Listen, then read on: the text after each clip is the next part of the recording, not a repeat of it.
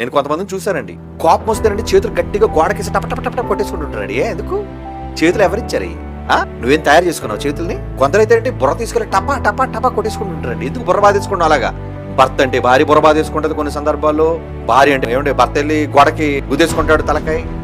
ఇలాంటి ప్రక్రియలు మీలో ఉన్నాయా? జాగ్రత్త, మీలో కొంతమందికి ఉండొచ్చు, నాకు తెలియదు కానీ మీరు ఎవరికి ఉన్నాయో. కానీ తొందరపాటు నిర్ణయాల్లో తల కొట్టుకోవటం, మీకు మీరు హాని చేసుకోవటం చేసుకోకండి. ఏమంటే అలా ఒక ఆవిడ, నాకు తెలిసిన ఒక ఆవిడ ఉందండి, ఎప్పుడు అలా ఆయన తిట్టినప్పుడు అలా తల గుద్దుకుంటుంది, తల గుద్దేసుకుని కొద్ది వయసులో చచ్చిపోయిందండి. అలా ఆయన ఇంకా బతుకుని ఆవిడ చచ్చిపోయింది. ఎందుకంటే ఆవిడ మెదడులోని నరాలు చివరికి ఆవిడ చచ్చిపోయే పరిస్థితి చిన్న వయసులో చచ్చిపోయిందండి. 45-48 టైంలో చచ్చిపోయింది, పిచ్చెక్కి చచ్చిపోయిందండి. నాకు ఇప్పుడు అర్థమైంది తర్వాత వీడికి ఎందుకు పిచ్చి వచ్చిందా.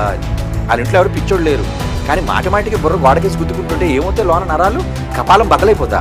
లోన అసలుకి సున్నితమైన నరాలు, తల వెంట్రుకల కంటే సన్నటి నరాలు ఉంటాయి. అదేమాత్రం డ్యామేజ్ అయినా అంతే నీ పరిస్థితి.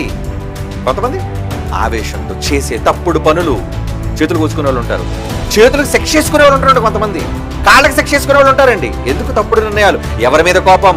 దేవుడిచ్చిన దేహం మీద ఎందుకు చూపిస్తున్నావు? అది నీది కాదు. దేహాలు మనమా? అంటే తలకాయ నీదా, చెయ్యి నీదా, ఎవరిది? విలువ పెట్టి కొనబడినది దేవునిది. దాని మీద నువ్వు పగ సాధిస్తావేంటి? నువ్వు ఎదుటివాడి శరీరం మీద పగ సాధించడం తప్పే. అలాగే నా సొంత శరీరం కాబట్టి నా శరీరానికి హాని చేసుకుంటానంటే తప్పే. అది తొందరపడతాను, ఇది తొందరపడతాను.